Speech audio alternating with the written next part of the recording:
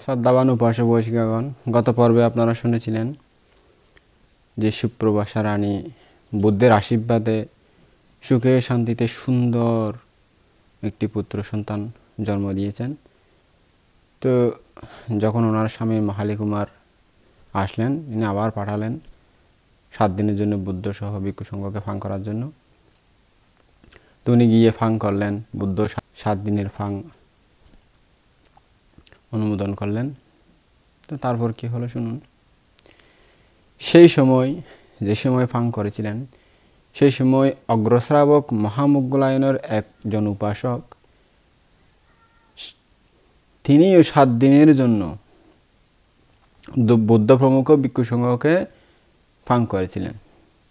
ভগবান বিবেচনা করে দেখলেন সুপ্রভাষাকে আগে দানানুষ্ঠানের সুযোগ দেওয়া উচিত,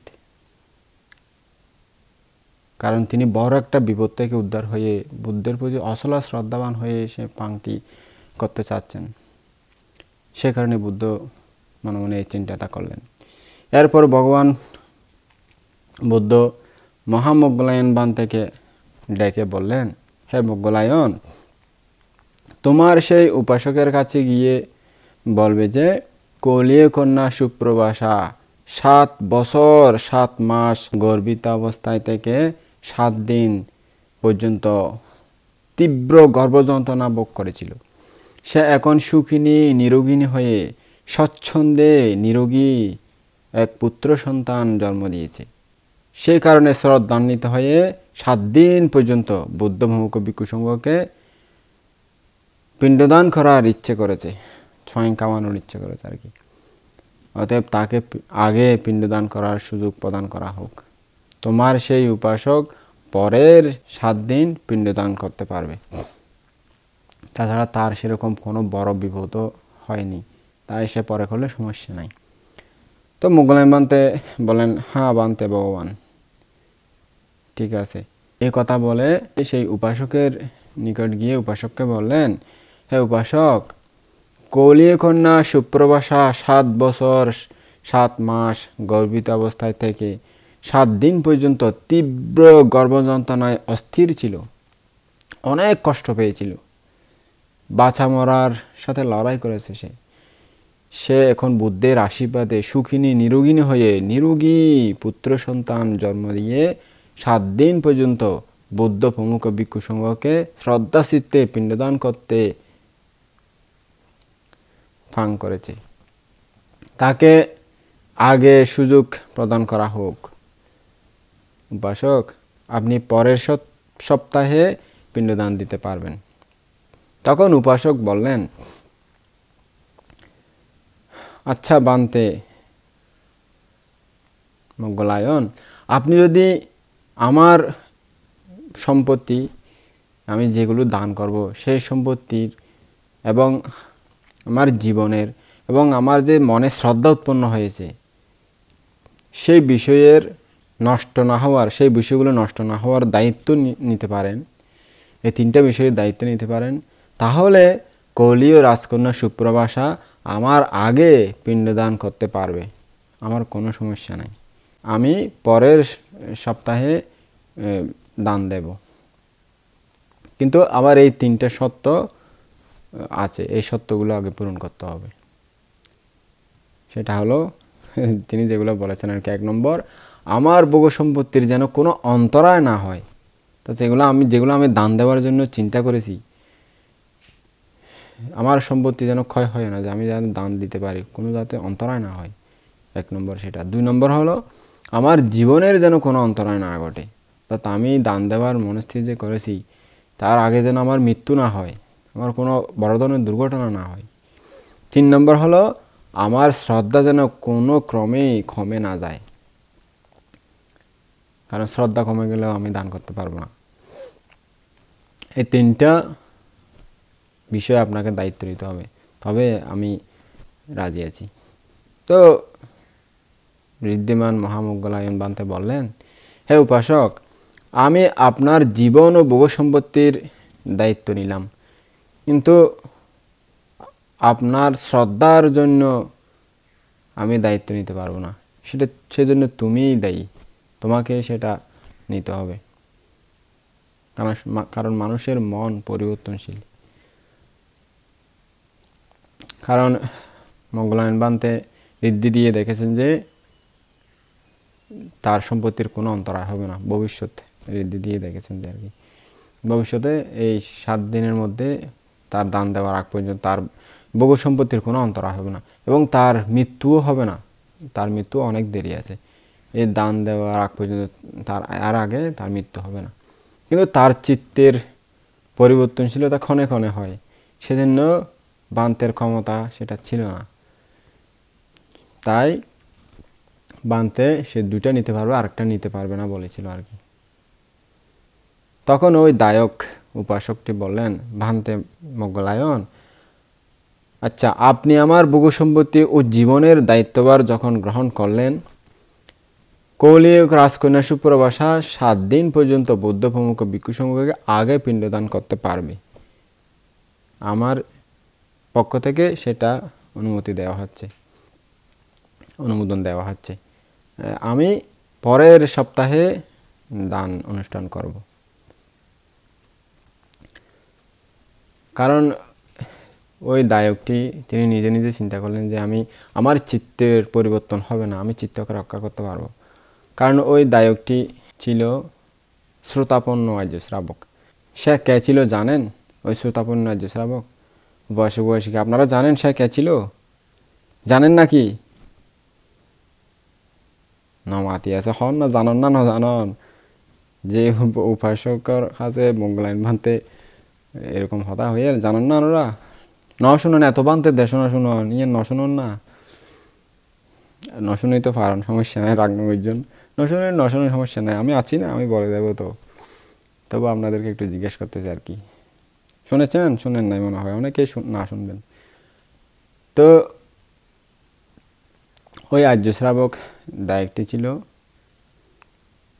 বুদ্ধের একনিষ্ঠ উপাসক, বুদ্ধের প্রতি, ধর্মের প্রতি, সঙ্গের প্রতি অচলা শ্রদ্ধাবান, সবসময় বুদ্ধকে সেবা যত্ন করতেন। কে জানেন?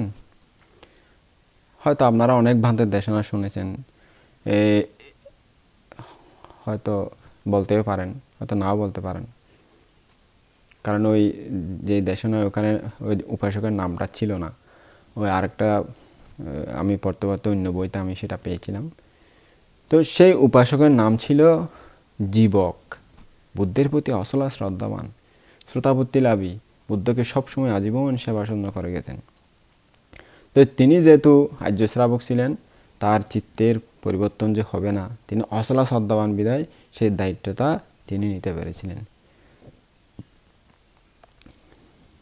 তো এরপর মোগলায়ন বান্তে উপাসকের সাথে এই কথা বলে স্থির করে, এটা সিদ্ধান্ত নিয়ে বিহারে ফিরে আসলে বুদ্ধ কৌলীয় রাজকন্যা সুপ্রভাষার নিমন্ত্রণ গ্রহণ নিশ্চিত করলেন। লিচ্ছবি রাজ্যের গৌরব মুকুট মহারাজ মহালী কুমার তার একমাত্র পুত্রের নামকরণ উপলক্ষে দান করলেন প্রচুর অন্ন, বস্ত্র, সোনা, রূপা, হীরা, মণিমুক্তা, যার যা প্রয়োজন সবাইকে অকাতরে দান করলেন। মহারানী সুপ্রভাষাও 1000 মুদ্রাপূর্ণ চারুশিল্প চিত্রিত থলি হাতে নিয়ে দীন দরিদ্রকে দান করলেন অজস্র দানীয় বস্তু। আশ্চর্যের বিষয়, এত দান করা সত্ত্বেও কোনো দানীয় সামগ্রীর কমতি দেখা যাচ্ছে না। ইহা নবজাতকের পুণ্যভাবে উৎপন্ন ঋদ্ধিশক্তি, কি চমৎকার পুণ্যের পুরস্কার! এমন ওই অদৃশ্য শক্তি সম্পন্ন, যেমন ঋদ্ধিমানের অচিন্তনীয় ঋদ্ধিশক্তি। ইহা দেখে খুশিতে ভরপুর হয়ে মায়ের কোলে সদ্য বকুল ফুলটি যেন ফুটে উঠেছে মা সুপ্রভাষার অন্তরে। স্নেহের মন্দাকিনী শতধারায় প্রবাহিত হয়ে প্রাণপ্রতিম ছেলেকে অতি যত্নে স্নেহপূর্ণ বুকে জড়িয়ে ধরে চন্দ্রবদনে স্নেহচুম্বনে রঞ্জিত করে স্নেহময়ী জননী গাঢ় স্নেহসিক্ত প্রফুল্ল হাস্যে বলে উঠেন, সাধনার ধন বাবা, আমার বড়ই ভাগ্যবান, বড়ই পুণ্যবান তুই। অপৈত্য স্নেহের মন্দাকিনী অমীয় ধারায় প্রবাহিত হয়ে অনাবিল আনন্দে আলোড়িত অপলক মুগ্ধ নেত্রের স্নিগ্ধ শান্তোজ্জ্বল স্নেহদৃষ্টি প্রাণপ্রিয় পুত্রের দেবদুর্লভ রূপ মাধুরীময় মুখমণ্ডলের প্রতি দৃষ্টি নিবদ্ধ করে গরিষ্ঠ আত্মশ্লগায় চিন্তা করলেন জন্মদাতা পিতা, আহ, পরম সৌভাগ্য আমার। এহেন সুবর্ণ প্রতিমা সদৃশ সমুজ্জ্বল প্রশান্ত মূর্তি সমন্বিত প্রভূত পুণ্যলক্ষণ লাঞ্ছিত পুত্ররত্ন আমার নিশ্চয়ই স্বর্গচ্যুত দেবপুত্রই হবে।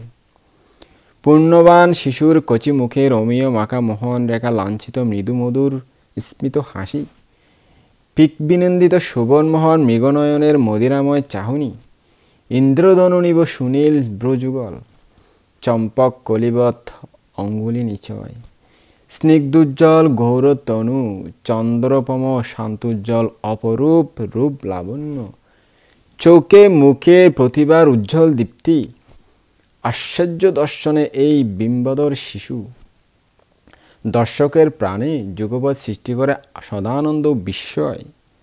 এই প্রভূত পুণ্য বিভূতি বিমণ্ডিত শিশু সকলেরই সন্তপ্ত চিত্তকে নির্বাপিত করে সুশীতল ও শান্তিময় করে ভূমিষ্ঠ হয়েছিল বলে মহা আনন্দে উৎসবের মাধ্যমে শিশুপুত্রকে অভিনন্দন করে সর্বসম্মতিক্রমে মহা জাঁকজমকভাবে তার নামকরণ করলেন শিবলী কুমার।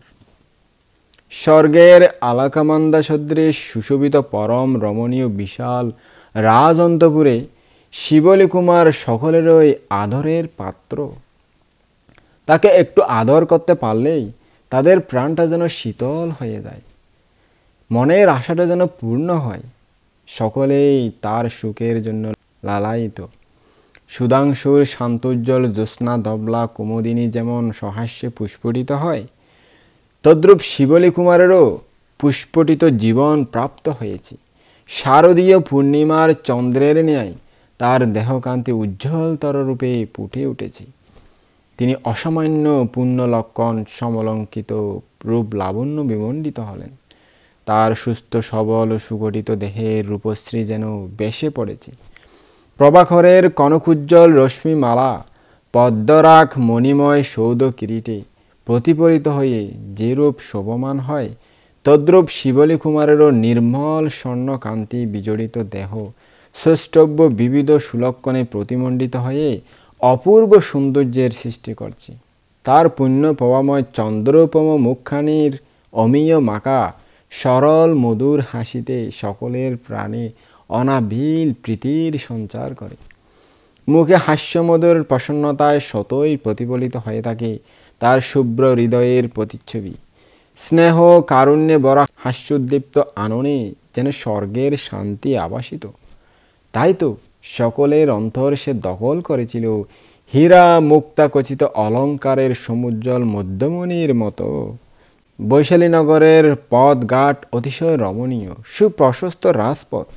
পথে উভয় পাশের বিস্তীর্ণ মাঠ শ্যামল বর্ণ নবধূর্বাদলে পরিশোভিত হয়ে পথের বিচিত্র শোভা সংবর্ধন করছে। দুই পাশের তরুলতা শ্রেণী নবপল্লবে ও ফলে পুষ্পে সুশোভিত। মধুকর গুনগুন রবে মধু আহরণে রত। গন্ধবহ মৃদুমন্দ বায়ু হিল্লোলে পুষ্পগন্ধ বহন করে চারিদিকে আমোদিত করছে। পাপিয়ার পিউ পিউ রব, কোকিলের সুমধুর কুহু কুহু দবনি পথিকের কানে সুধা বর্ষণ করে সারা জগতে এক অপূর্ব ভাবের সৃষ্টি করছে। নগরের হম্যমালার শিরোপরি কনকোজ্জ্বল রশ্মিমালা বর্ষণ করতে করতে দিনমণির আবির্ভাব হলো। প্রকৃতি দেবী তার প্রতি অঙ্গে হেমময় রশ্মি বিভূষণে ভূষিত হয়ে যেন হাস্য করছে। বসন্তের প্রভাব মৃদুমন্দ বায়ু হিল্লোলে সকলের প্রাণে যেন এক নবজাগরণের সাড়া দিয়ে চলে যাচ্ছে। বসন্তের সমাগমে শ্রী সৌভাগ্য সম্পন্ন বৈশালীনগর পুরন্দর রাজ্য অমরাবতীর ন্যায় শোভাসম্পন্ন হল। বিস্তৃত রাজপথের উভয় পাশে সমুচ্চ দুগ্ধ ধবলা সৌধমালা রাজধানীর অপূর্ব শোভা সংবর্ধন করতেছে। সেই দেবনগর তুল্য সমৃদ্ধ বৈশালী নগরীতে সেদিন মহা উৎসবের সারা পড়েছে। মহামান্য পুণ্যক্ষেত্র বুদ্ধ প্রমুখ ভিক্ষু সংঘের শুভ আগমন উপলক্ষে সমগ্র বৈশালী নগরীকে অপূর্ব কারুকার্যে সুসজ্জিত করা হলো। নানার রঙের ধ্বজা পতাকা, তোরণ মাল্য ও হেমময় মণিময় মঙ্গলগট বৈচিত্র্যময় সাজে সাজিয়ে নগরী বড় মনোরম শোভা ধারণ করেছে। হাতি ঘোড়া রথ পদাতিক সমন্বিত সেনাবাহিনী অপরূপ সাজে সুসজ্জিত হয়ে নগরের সর্বত্র তথাগত প্রমুখ ভিক্ষু সংঘের জয় জয় ধ্বনি ও প্রাণ মাতানো নানা রকম মাঙ্গলিক বাদ্যবাজনার মধুর স্বর অনুপ্রাণিত হলো। সঙ্গীত প্রিয় বালক ও যুবকগণ যেন আনন্দের সাথে গান করছে। সৌদে সৌদে দীপমালা গীত বাদ্যে রাজ্য হল মুখরিত। অত্যুত্তম রসালো খাদ্য ভোজ্যের সমারোহ, সর্বক্ষণ অগুরু কুমকুম ও দুপাদিতে সৌরভ আমোদিত বায়ু, পুণ্য বিভূতি বিমণ্ডিত ভাগ্যবান নরনারীদের আনাগুনা, বুদ্ধ গৌরব উৎফুল্ল জনগণের আনন্দ কল্লোল, ঐশ্বর্যে যেন কুবেরপুরী এবং আনন্দে যেন আলাখান মান্দাকেও হার মানাচ্ছে এই বৈশালী নগরী। নিজের গড়ে সশিষ্য বুদ্ধ আসবেন, এই আগমন বার্তা শুনে শিবলী কুমার জন্ম জন্মান্তরের প্রগাঢ় শ্রদ্ধার অমিত আকর্ষণে অনুপ্রাণিত হয়ে অতিশয় আনন্দিত হলেন। কতক্ষণে কল্প কল্পান্তরের সাধনার দন পরম করুণাময় ভগবান উপস্থিত হবেন, সেজন্য ঘন ঘন পথের দিকে তাকাচ্ছেন। দেখতে দেখতে সময় ঘনিয়ে এলো। দূর হতে মহাজয় জয় ধ্বনি শ্রুত হলো। ৩২ মহাপুরুষ লক্ষণ প্রতিমণ্ডিত, ৮০ প্রকার অনুব্যঞ্জন শোভিত,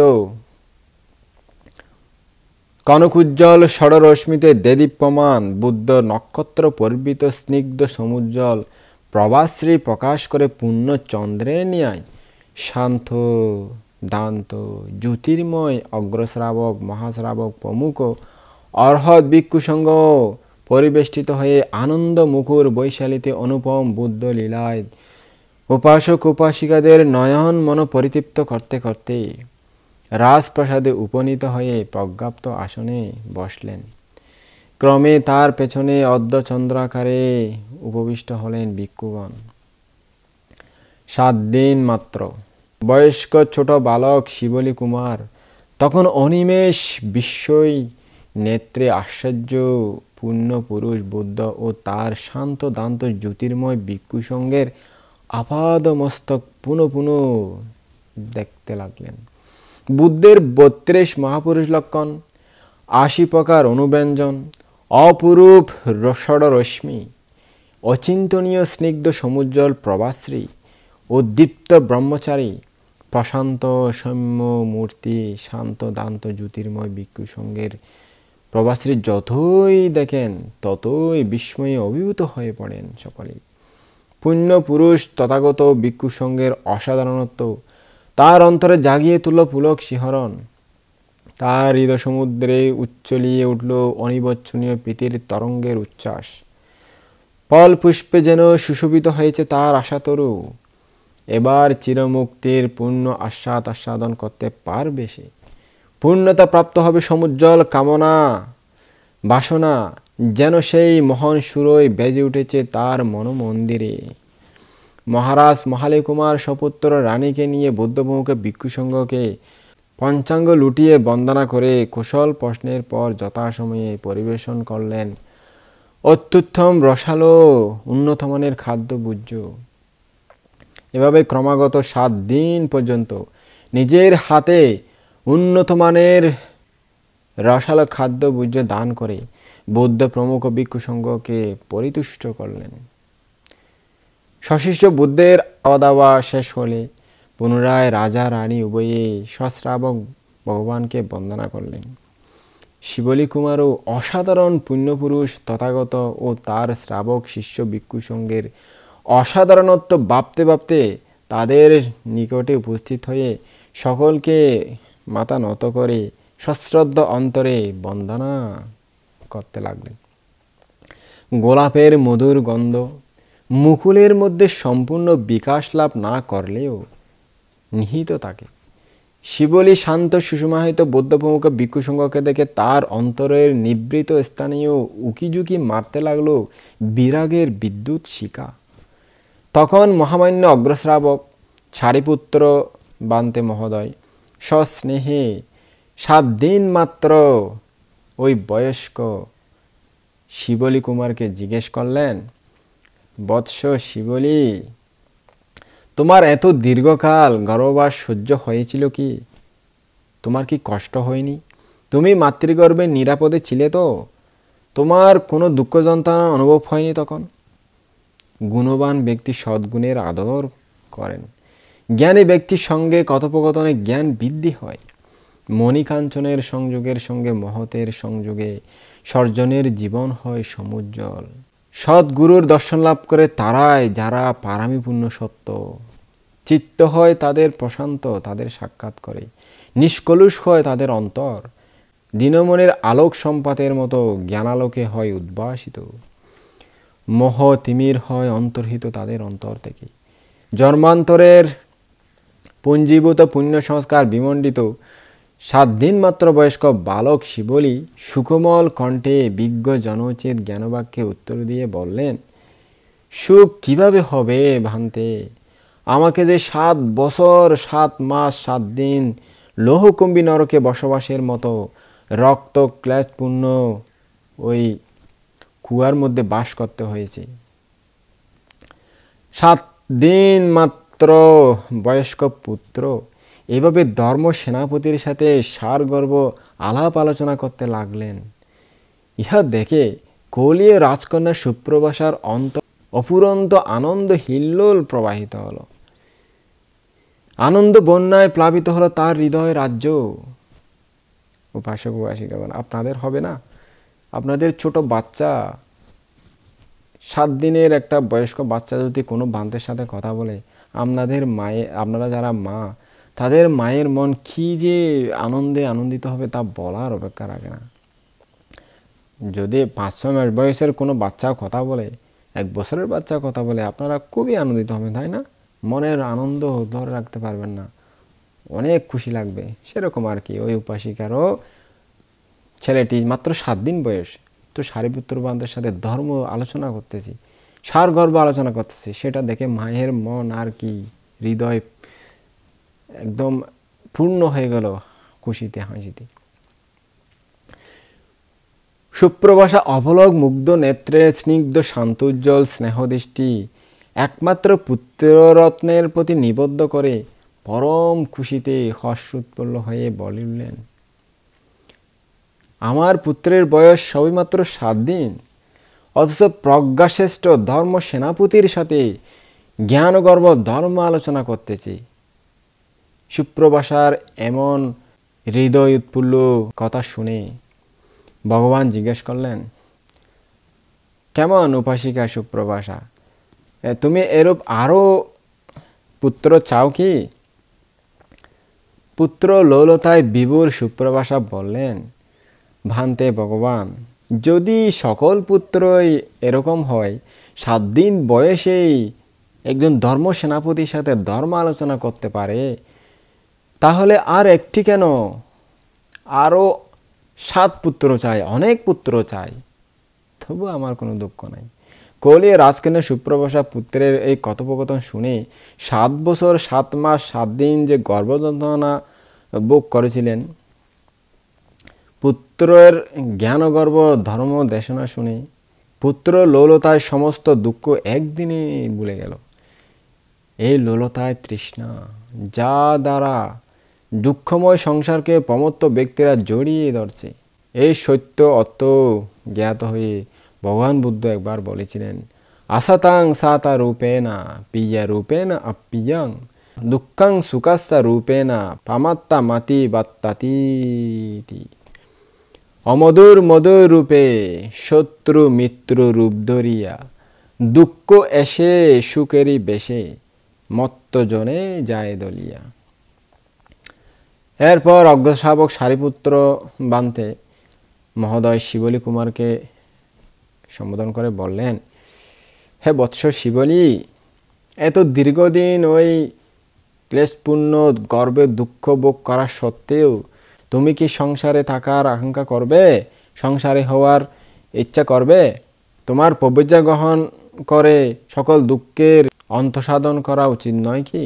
জন্ম জন্মান্তরের অপরিহার্য ঊর্ধ্বমুখী শোভন সংস্কারের আকর্ষণে শিবলীর কানে সুধাবর্ষণ সম মনে হলো ধর্ম সেনাপতি সারিপুত্র বান্তের মহোদয়ের প্রতিটি বাক্য তার নির্মল হৃদয় গুহায় নীলীন দীপ্ত বৈরাগ্য বিকাশ প্রাপ্ত হলো তীব্রতর বিদ্যুৎ বিলাসিনী মেঘমালা মুক্ত তেজগর্ভ দিনমণির মতো এবং চুম্বুকের আকর্ষণের মতো সুবন সংস্কারের অজেয় আকর্ষণের উন্মাদনা তার অনাবিল অন্তরে সৃষ্টি করল ভগবতী প্রীতির তড়িৎ প্রবাহ। তাই তিনি সঙ্গে সঙ্গেই প্রত্যুত্তরে বললেন, ভান্তে, আমার সংসারে হওয়ার কোনো ইচ্ছে নেই, আমাকে প্রব্রজনে প্রতিষ্ঠিত করুন। ভান্তে মহোদয় এই বিষয়ে কৌলীয় দুহিতা সুপ্রভাষার নিকট অবগত করালেন। অল্প বয়স্ক ছেলে এরূপে ত্যাগের উজ্জ্বল আদর্শ অনুপ্রাণিত হয়েছে শুনে পুত্র গৌরবে স্ফীত হয়ে উঠল সুপ্রভাষার হৃদয় বক্ষ। তার অন্তরের নিধি সাধনার দন একমাত্র পুত্ররত্নের দিকে যখন দৃষ্টি রাখলেন তখন জমাট বাঁধা অপুরন্ত স্নেহ মমতার জ্বরে পড়তে লাগলো যেন শিবলীর সর্বাঙ্গে বাদল দ্বারার মতো। তখন কৌলীয় রাজকন্যা সুপ্রভাষার নয়ন যুগল প্লাবিত করে প্রবাহিত হলো আনন্দাশ্রু। খুশিতে তিনি কাঁদতে লাগলেন। সেটা খুশির কান্না, দুঃখের কান্না নয়। সুপ্রভাষা পুত্রের প্রব্রজা ধর্মের বাধা সৃষ্টি না করে অত্যধিক সন্তুষ্ট চিত্তে তাকে বৌদ্ধ শাসনে দান করতে সম্মত হলেন এবং প্রসন্নোজ্জ্বল বদনে মহামান্য ধর্ম সেনাপতি সারিপুত্র ভান্তেকে বললেন, ভান্তে মহোদয়, আপনি আমার পুত্রকে প্রব্রজা ধর্মে দীক্ষিত করুন। হ্যাঁ, ঠিক আছে উপাসিকা, এই বলে সম্মতি প্রদান করে বিশ্রামাতে বুদ্ধ প্রমুখ ভিক্ষু সংঘ বৈশালীর বিহারে চলে আসলেন। এরপর মহারাজ মহালি ও কৌলীয় রাজকন্যা সুপ্রভাষা তাদের অন্তরের নিধি একমাত্র পুত্র রত্ন শিবলী কুমারকে সোনার পালকিতে আরোহণ করিয়ে অষ্ট পরিষ্কার সহ মহাপরিষদের সাথে মহা উৎসব সহকারে বিহারের দিকে যাত্রা করলেন। সেদিন শিবলীর প্রাণে কি যে এক স্বর্গীয় বিমল আনন্দ ফুটে উঠেছে। এই আনন্দ মদিরাময় মোহন মধুর ললিত জীবনের আনন্দ নয়, এই আনন্দ জীবনের পরিপূর্ণতার আনন্দ। থেকে থেকে হৃদয় নৃত্য করছে, চক্ষু দুটি করুণামাখা, মুখমণ্ডল আনন্দপূর্ণ, জ্যোতির্ময় ও উদার্য ব্যঞ্জক। তার চোখে প্রকৃতি তখন অভিনব হাস্যময়ী আনন্দময়ী। সেই দ্বিপ্রহরের উত্তপ্ত রোদ তার নিকট স্নিগ্ধকর মনে হলো। সূর্যের দীপ্ত কিরণ প্রত্যেক পুষ্প কিশলয়ে ও দূরে শ্যামল বর্ণের তৃণের উপর পড়ে বড়ই সুন্দর লাগতেছে, বড়ই মনোরম মনে হলো। যতই বিহারের কাছে এগিয়ে যেতে লাগলেন ততই তার মনে হতে লাগলো সেই সুদূর অতীতের প্রত্যাশিত কি যেন এক অমূল্য রত্ন উদ্ধার মানুষে তিনি এগিয়ে চলছেন। গন্তব্যে গিয়ে লব্ধ হবে সুচিরকালের বাঞ্ছিত রত্ন, ফলে পুষ্পে সুশোভিত হবে কল্পলোকের আশাতরু, সাধনা হবে সিদ্ধ, পূর্ণতা প্রাপ্ত হবে সুবন সমুজ্জ্বল মনোবাসনা। এভাবে ভাবতে ভাবতে তার বিরাগ প্রবণ হৃদয়ে মুহুর্মুহ স্ফুরিত হলো উচ্ছ্বাসময় আনন্দের তড়িৎ ঝলক। আকাশে বিদ্যুৎ বিকাশের মতো চিত্তপটে ফুটে উঠল অজেয় আকর্ষণের দীপ্তিময় মোহন রেখা। রাজা রানী উভয়ে মহাপরিষদের সাথে পুত্র শিবলী কুমারকে নিয়ে মহা উৎসব সহকারে বিহারে উপস্থিত হলেন। এরপর প্রজ্ঞাশ্রেষ্ঠ সারিপুত্র ভান্তে মহোদয় প্রজ্ঞা চিত্তে শিবলীর বিষয় চিন্তা করে দেখলেন শিবলীর জ্ঞান এখন পরিপক্ক, তার তৃষ্ণাক্ষয়ের সময় উপস্থিত, সে এখনই অরহত্তফল লাভ করবে। বিদ্যুৎপুঞ্জ সম উদয়মান শিবলীর অরহত্তফল রোধ হবার তো নয়, তার জন্ম জন্মান্তরের পুঞ্জীভূত শোভন সংস্কারের সুতীব্র গতিবেগ। তিনি যে সুদূর অতীতে পদমুত্তর বুদ্ধ সমীপে তৃষ্ণা কয়ের প্রার্থনা করে বুদ্ধের আশীর্বাদ লাভ করেছিলেন, তা তো কোনো প্রকারের ব্যর্থ হওয়ার নয়।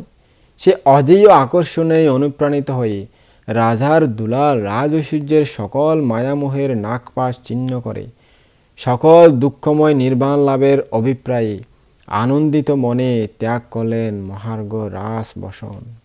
প্রার্থনা করলেন বিরাগুজ্জ্বল প্রব্রজ্জার। মহা তেজস্বী উজ্জ্বল রত্নোপম শিবলির এই ত্যাগ তিতিক্ষার তেজদীপ্ত সাম্য মূর্তি যেমন দর্শন করল, সে জন্যই বিস্মিত চমৎকৃত হল। অগ্রশ্রাবক সারিপুত্র বান্দে মহোদয় পুণ্য সংস্কার বিমণ্ডিত শিবলিকে ত্রিশরণে প্রতিষ্ঠিত করিয়ে উপদেশ দিয়ে বললেন, দেখো শিবলি, তোমাকে অন্য কোনো কিছু বলার প্রয়োজন নাই। তুমি 7 বছর 7 মাস 7 দিন যে নিদারুণ গর্ভবাস যন্ত্রণা ভোগ করেছিলে, শুধুমাত্র তাই প্রত্যক্ষ করো, তাই জ্ঞান দিয়ে চিন্তা করো। পূর্ব জন্মার্জিত অপরিহার্য ঊর্ধ্বমুখী শোভন সংস্কার বিমণ্ডিত শিবলি প্রত্যুত্তরে বললেন, অন্তে প্রব্রজ্জা দেবায় আপনার দায়িত্ব। আমাকে যা করতে হবে তা আমি প্রাণপণে চেষ্টা করে দেখব। অতঃপর বান্তে মহোদয় দুঃখমুক্তি অভিলাষক শিবলিকে ত্রিশরণ মন্ত্র আবৃত্তি করিয়ে প্রব্রজ্জা ধর্মে তকপঞ্চক কেশা লোমা আদি যে নিয়ম আছে সেই নিয়মে কর্মস্থান দান করার সময় যখন চুল কাটার জন্য মাথায় এভাবে খুর ধরলেন, ওই প্রথম টান দিলেন ধরে, তখন এই জন্ম জন্মান্তরের উপচিত পুণ্য সংস্কারের প্রবল শক্তির অপরিমেয় আকর্ষণে সত্য সুন্দর নির্বাণ অভিমুখী হলো তার সুতীব্র গতিবেগ। তখন এই সঙ্গে সঙ্গে দিব্য দৃষ্টিসম জ্ঞানচক্ষে দর্শন করে সম্যকবাবু উপলব্ধি করলেন, এই কেশরাশি আমার না হয়েও তৃষ্ণা হেতু আমিত্ব মান যুক্ত আমাতে উৎপন্ন হয়ে দুঃসহ গর্ভবাস যন্ত্রণা প্রদান করেছে। সেরূপ দেহের 32 প্রকার অসুচি অংশ কিছুই আমার বা আমার নয়। এদের প্রতি তৃষ্ণা ও আমিত্ব মানই ভবচক্রে বদ্ধ হওয়ার মূল কারণ। এই তৃষ্ণা এবং মান অহংকারের নিরোধে চিত্ত আর দেহপিঞ্জরে আবদ্ধ হবে না। আর্যাষ্টাঙ্গিক মার্গই সে মুক্ত অবস্থা প্রাপ্ত হওয়ার একমাত্র পথ। ইহা উপলব্ধি করতে পেরে প্রীতিরসে পূর্ণ হল শিবলির হৃদয় কন্দর। আর্য সত্য হলেন প্রবুদ্ধ, সন্দর্শন করলেন ঋতু সরস ও সুন্দর নিরুদায়নের গতিরেখা। প্রতিষ্ঠিত হলেন শ্রোতাপত্তি পলে, উপনীত হলেন নির্বাণের প্রথম স্তরে। দ্বিতীয় টানে জ্বলে উঠল আলোকবর্তিকা। আলোক উজ্জ্বল হল হৃদয় কন্দর। নিখুঁত সত্যের নিগূঢ় তত্ত্ব হল উদ্ঘাটিত। প্রতিষ্ঠিত হলেন সকৃতগামী ফলে, উপনীত হলেন নির্বাণের দ্বিতীয় স্তরে। তৃতীয় টানে চিরসত্যের অপূর্ব আলোক সম্পাতের হৃদয় হল উদ্ভাসিত। পরম অমৃতের আস্বাদ পেলেন অনুপম। প্রতিষ্ঠিত হলেন অনাগামী ফলে, উপনীত হলেন নির্বাণের তৃতীয় স্তরে। এবং সর্বক্লেশ ছেদনের জন্য যখন চতুর্থবার কোরটি টান দিলেন, তখন চিরসত্য নৈর্বাণিক ধর্মের রশ্মি সম্পাদে তার মর্মস্থল হল আলোক উজ্জ্বল। অপূর্ব আলোকে উদ্ভাসিত হল হৃদয় রাজ্য। সর্বশক্তিমান তথাগতের সত্য ধর্মের মহাশক্তি পাবে সম্যক উপলব্ধি করলেন জগতের প্রকৃত স্বরূপ। অনিত্য, দুঃখ, অনাত্মার নিগূঢ় আধ্যাত্মিক তত্ত্ব। দুঃখময় জন্ম মৃত্যুর প্রতি উৎপন্ন হল সুতীব্র বিরাগ, সম্প্রাপ্ত হল বিরাগের চরম সীমা। ঠিক সেই শুভক্ষণে তার চিত্ত হল সর্বতৃষ্ণামুক্ত। শান্ত স্নিগ্ধ পরমামৃতের অনুপম আস্বাদে পরিতৃপ্ত হল তার তৃষিত অন্তর। অনুভব করলেন অনির্বচনীয় শান্তি। অন্তরাকাশ হতে নিরবশেষ ধ্বংসপ্রাপ্ত হল অবিদ্যা। চিরতরে নিরুদ্ধ হল জন্ম মৃত্যুর প্রবাহ। 8 প্রকার বিমুখ্য জ্ঞান ও 4 প্রকার প্রতিসম্বেদা জ্ঞান সহ স্বরাবিজ্ঞায় হলেন সুমণ্ডিত। প্রীতি প্রশান্তিতে অন্তর হল পরিপূর্ণ।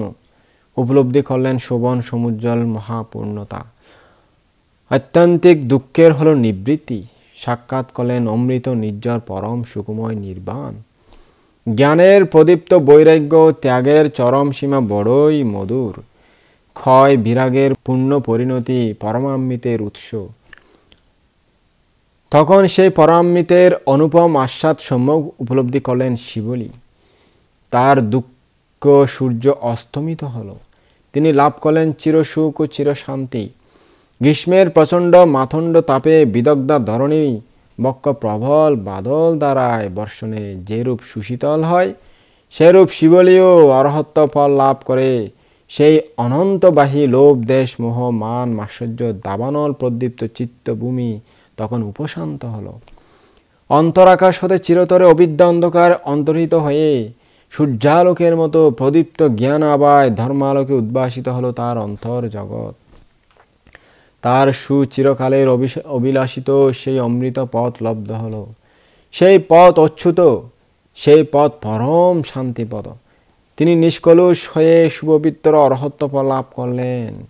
কি উত্তম সুখ, কি পরম প্রীতি, কি অপূর্ব আনন্দ, বলে ভাষায় বোঝানো যাবে না। প্রবল বায়ু হিল্লোলে সমুদ্রের উত্তাল তরঙ্গমালা যেমন নেচে নেচে প্রবাহিত হয়, সেরূপ শিবলীর শান্তপদ অরহত্তপদ লাভে তার চিত্ত সমুদ্রের উত্তাল আনন্দ লহরীও নেচে নেচে প্রবাহিত হলো। তার প্রীতি তরঙ্গের উচ্ছ্বাস উছলিয়ে উঠল, প্রাণে আর আনন্দে ধরে না। এই আনন্দ বর্ণনাতীত, এই আনন্দ উচ্ছ্বাস অনন্ত অসীম অনিবর্চনীয়। বর্ষার প্রবল বাড়ি দ্বারা তরঙ্গিনীর বক্ষে অবস্থানে অসমর্থা হয়ে যেমন দুকুল বাসিয়ে প্রবাহিত হয়, সেইরূপ শিবলীয় অরহত্তফল লাভ করে সেই প্রবল আনন্দ উচ্ছ্বাস অন্তরে ধারণ করতে অসমর্থ হয়ে তার অন্তরে প্রবলভাবে তরঙ্গায়িত হতে লাগলো অনুপম প্রীতিলহরী। উচ্ছ্বাসিত হলো পৃথিবেক। এমন সময়ে তার সুমধুর কণ্ঠে দম্নিত হলো, কিলেসা ঝাপিতা মায়াং বাবা সাব্বে সামুহাতা না গোবা বন্দনাং চেত্তোয়া বিহারামি অনাসাবো। অর্থাৎ আমার সমস্ত ক্লেশ ধ্বংস হয়েছে, দগ্ধ হয়েছে, সমস্ত ভব সমস্ত পুনর্জন্ম বিনষ্ট হয়ে গেছে। আমি বন্ধন ছিন্ন হাতির ন্যায় সংসার বন্ধন থেকে মুক্ত হয়ে অবস্থান করতেছি। আরো বললেন, তে মে ইজ্জিংসু সংকাপ্পা যদাত্ত ভাবেসিং কুটিং বিদ্যা বিমুক্তিং পাচ্ছেসাং আনানুসায়া মুজ্জাহান্তি।